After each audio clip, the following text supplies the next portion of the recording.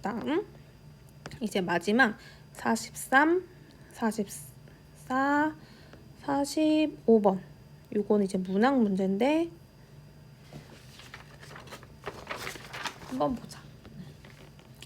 43번 같은 경우에는 가와 나의 표현상의 공통점을 찾는 거여서 가 시를 읽고 나서 바로 해당이 안 되는 거는 제외시키고 남는 거 중에서 이제 고르는 게 더 시간이 단축되겠지. 그 다음에 44번은 보니까 작은 따옴표로 시 엮어읽기라는 게 나와 있어.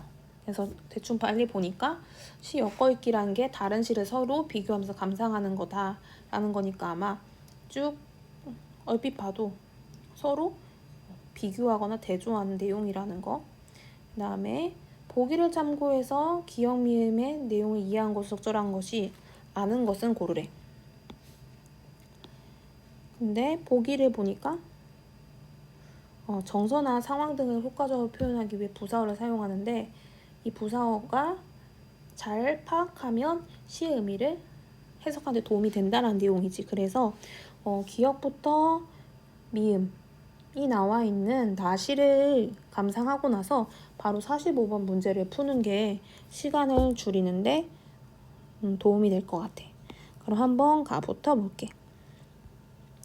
박대삼의 추억에서라는 시인데 그 상황을 생각해보면 엄청나게 슬픈 시야. 한번 봐봐. 제목부터 보자. 추억이라고 했으니까 현재를 다룬 시는 아니겠지. 당연히 과거를 회상하는 내용의 어떤 시구나 라는 거를 한번 예측해 볼 수 있을 것 같아. 진주장터 생어물전에는 바닷밑이 깔리는 해다진 어스름을 우럼매의 장사 끝에 남은 고기 몇 마리에 빛 바라는 눈깔들이 속절없이 은전만큼 손 안 닿는 한이던가. 우럼매야 우럼매야. 그러면 여기 진주장터라는 공간이 나오는데 우럼매가 장사를 한다라고 했으니까 화자는 지금 엄마 얘기를 하려는 것 같지? 근데 고기라고 되어 있어. 그리고 생어물전이라고 했으니까 아마 이 화자의 어머니는 생선을 파시는 것 같아. 진주장터에서. 근데 장사가 잘 되면 좋겠지만 그렇지 않아서 남았을 때는 그 고기들의 상태가 어떻겠어? 당연히 멍하겠지. 근데 은전만큼 손 안 닿는 한이던가. 여기 은전은 뭐를 뜻하냐면 그냥 돈을 얘기하는 거야. 그러니까 어머니의 장사가 얼마나 어렵겠어. 그러니까 그 눈깔들의 모습이 동그랗잖아. 눈깔들 동그란 그 모습이 마치 한과 같았다 라면서 우럼매야 우럼매 이렇게 이야기를 하고 있어. 이제 3년 볼게. 별 밭은 또 그리 멀리 우리 오누이라고 해서 화자가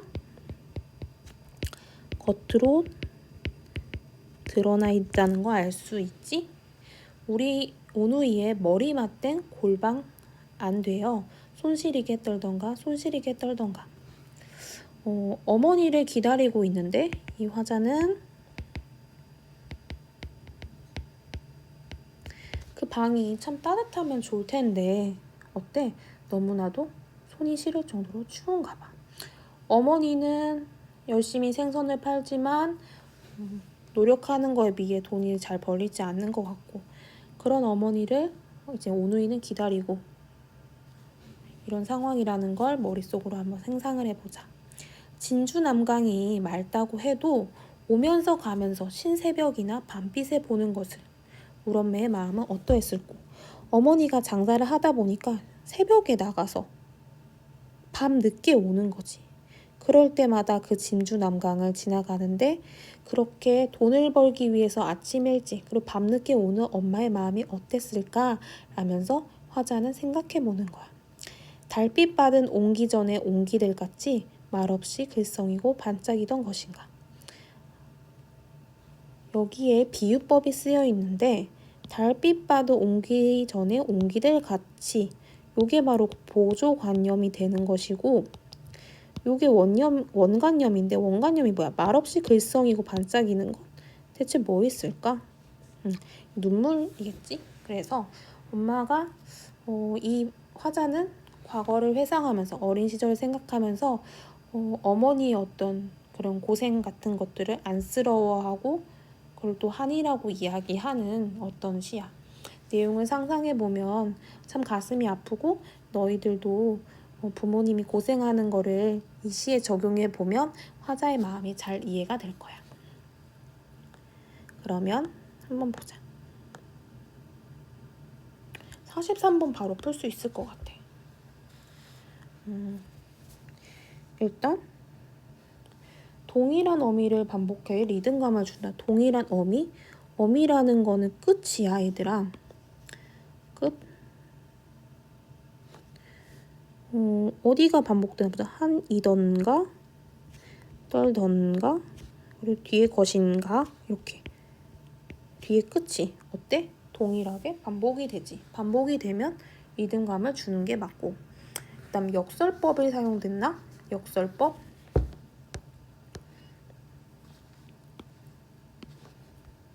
가는 일단 맞으니까 놔두고 역설법을 활용했다. 역설법이라는 거, 역설은 표현상에 모순이 있어야 된다고 예를 들었었어. 그치? 예를 들어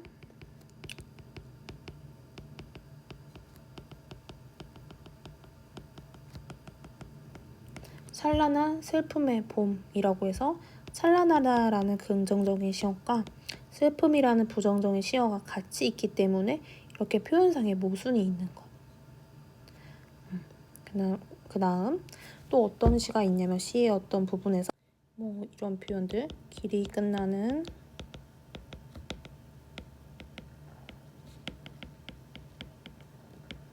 이런 말들.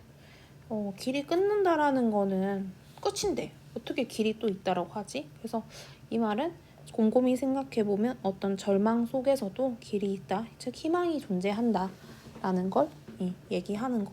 이런 식으로 표현상의 모순이 있지만 어떤 진리나 어떤 깊은 의미를 담고 있는 게 바로 역설법인데, 가부분에는 딱히 역설법이 쓰이지 않았어. 그러니까 그냥 볼 필요 없는 거지. 2번은 그냥 제외하는 거야. 자조적인 어조? 이 자조라는 말은 너희들이 자주 나오니까 기억을 해두면 좋을 것 같아. 자조는 자신을 비웃는 듯한 이란 뜻이야. 자자가 자신을 뜻하고 조자가 비웃다는 뜻이야. 자신을 비웃는 거야? 전혀 그런 비웃는 거 전혀 없었지. 다음 공감각적 이미지를 사용해서 표현 효과를 높인다. 공감각적 이미지?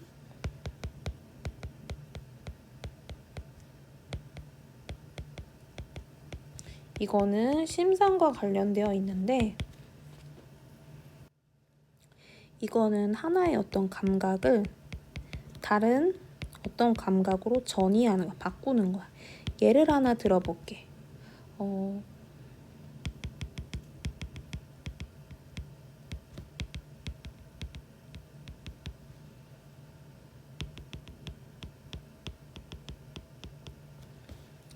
지금 여기서는 푸른 종소리라고 해서 이건 뭐야? 청각적 심상, 청각적인 이미지를 나타내고 있잖아.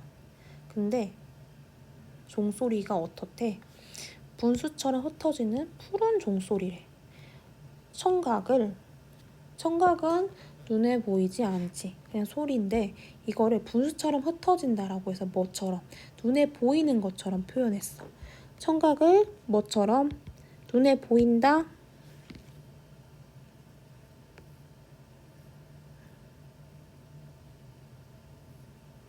눈에 보이는 거니까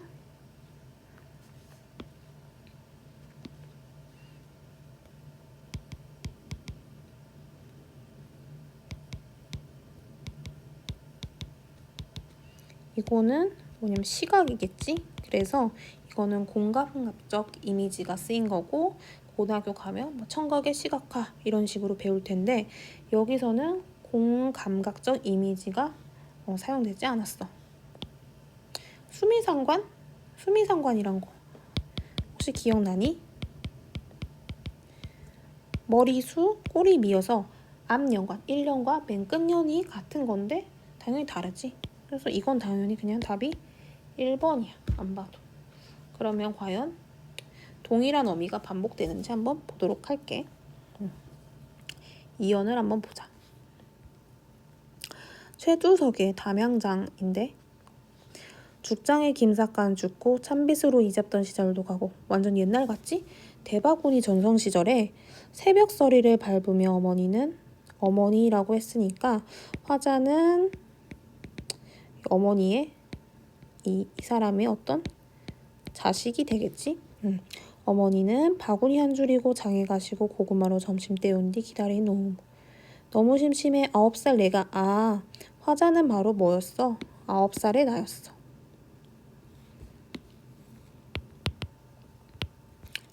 두 살 터울 손잡고 신장로를 따라 마중 갔었다 라고 했으니까 어때? 마찬가지로 이것도 과거를 회상하는 내용이야. 어머니는 뭐를 팔러 가는 걸까? 대바구니가 전성시절 대바구니가 잘 팔리니까 바구니를 팔러 가신 거야. 근데 어머니를 기다리다 너무 심심해서 9살인 내가 7살 동생 손을 잡고 마중을 간 거지. 신장로는 우리가 그 이슬 털어주는 내용에 나왔었는데 자동차가 다닐 정도의 넓은 도로를 신장로로 한다 했었지. 20리가 짱짱한 길 버스는 하루에 2번 다녔지만 꼬박꼬박 걸어오셨으므로 45번 같이 한번 보자. 꼬박꼬박 걸어온다? 매일매일 이런 느낌이잖아. 그러면 늘 걸어서 장에 다니는 어머니 일상을 강조한다. 맞는 것 같지? 도중에 만나겠지 생각하며 낯선 아줌마에게 길도 물어가며 하염없이 점점점. 어떤 느낌이야? 계속 엄마를 만나겠지 하면서 어딘가 물어 계속 갔으니까 그 길이 너무나도 길었을 거야. 그런데 이 고개만 넘으면 읍이라는 곳에서 해가 덜렁 졌다. 배는 고프고 으스스 무서워졌다. 덜렁이란 말 속에 어때? 겁이 난 심리? 맞겠지. 나이가 어려서 이제 길도 제대로 모르는데 물어 엄마 만나러 간 거였단 말이야. 근데 해가 지니까 당연히 걱정되겠지. 뒤에 배는 고프고 으스스 무서워졌다라는 내용이 나와 있으니까 당연히 45번에 선택지 3번은 당연히 맞는 내용이야.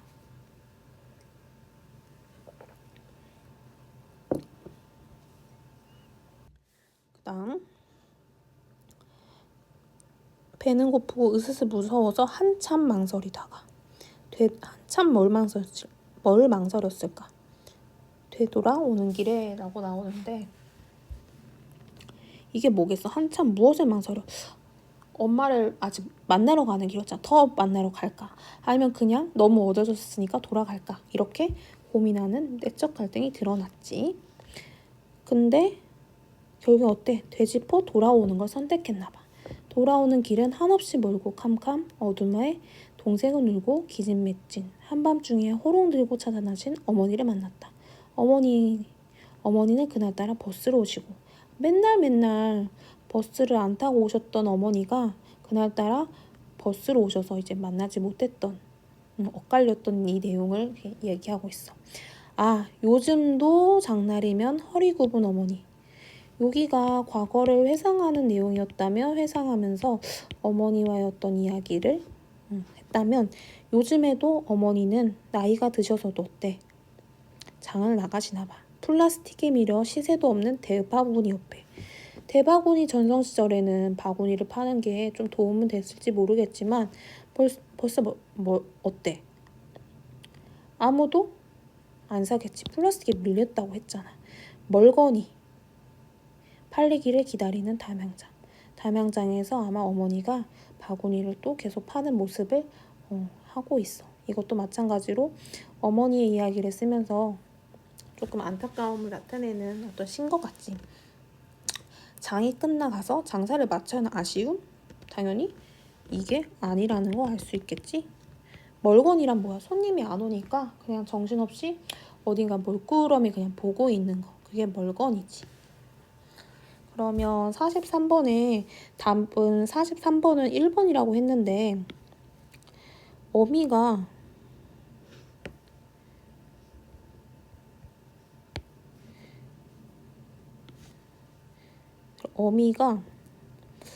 동일한 부분이 어디가 있는지 한번 보자. 지금 동일한 어미를 반복해 리듬감을 준다고 했는데 대체 어디가 비슷한가? 한번 찾아봐봐 얘들아. 이렇게 비슷한 어미가 반복됐지? 그럼 리듬감을 형성하는 거잖아. 2학년 때 온율에 대해서 배워보면서 우리가 어떤 짧은 시에도 반복되는 부분이 있으면 온율이 형성된다. 리듬감이 생긴다라고 배웠었어. 다음 43번과 45번 풀어봤고 이제 44번 같이 해볼게. 마지막 문제.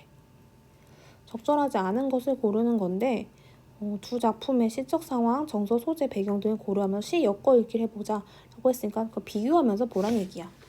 이렇게.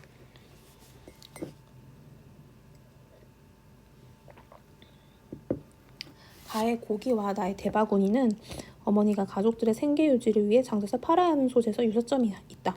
맞지? 어머니는 고기, 생선을 파시고 그다음에 나의 어머니는 대바구니 파시고 그다음 가의 울엄매야 울엄매, 허리굽 어머니의 고단한 삶을 살아온 어머니에 대한 연민의 정이 있다. 이것도 가의 골방에 비해 나의 신장로는 어머니를 기다리는 마음이 더 능동적인 행위로 나타난 공간이다. 가에서 화자는 골방에서 어떤 작은 방에서 자신의 오누이와 함께 그냥 둘이 그 방 안에서 기다렸는데 나의 화자는 어때? 어머니를 기다리다가 직접 찾아 나서잖아. 그러니까 당연히 더 능동적이라고 할 수가 있지. 4번 가의 신세병과 나의 한밤중은 어머니의 부재라는 건 없다는 뜻이야. 부재로 인해 어린 화자가 느끼는 불안감이 해소된다. 이것만 봐도 뭔가 이상하지. 일단 가의 신세병은 어머니가 장사를 하러 가는 그 이른 시간을 뜻하는 것이고 나의 한밤중은 어머니의 부재로 인해서 불안감이 해소가 되는 게 아니라 오히려 더 심화되는 공간이니까 당연히. 그다음 5번 말없이 글썽이고 반짝이던 것인가. 그다음 나의 요즘도 장날이면 이라고 하는 부분에서 과거로부터 이어지는 어머니 현재 삶을 떠올리고 있고요. 여기는 그다음 가 같은 경우는 어머니의 어떤 과거를 떠올리는 거. 차이가 있다는 거 맞지? 그래서 44번 문제까지 다 풀어봤어. 시간을 지키면서 푸는 게 어려웠을 거라 생각하는데 처음부터 끝까지 열심히 푼 친구들은 칭찬하고 혹시라도 과제를 제출하지 못했거나 대충 들은 사람들은 평상시에 이렇게 글을 읽는 연습을 잘 해두면 분명 고등학교 가서도 도움이 될 거야. 수업 잘 들어줘서 고맙고 선생님이랑 내일 보도록 하자.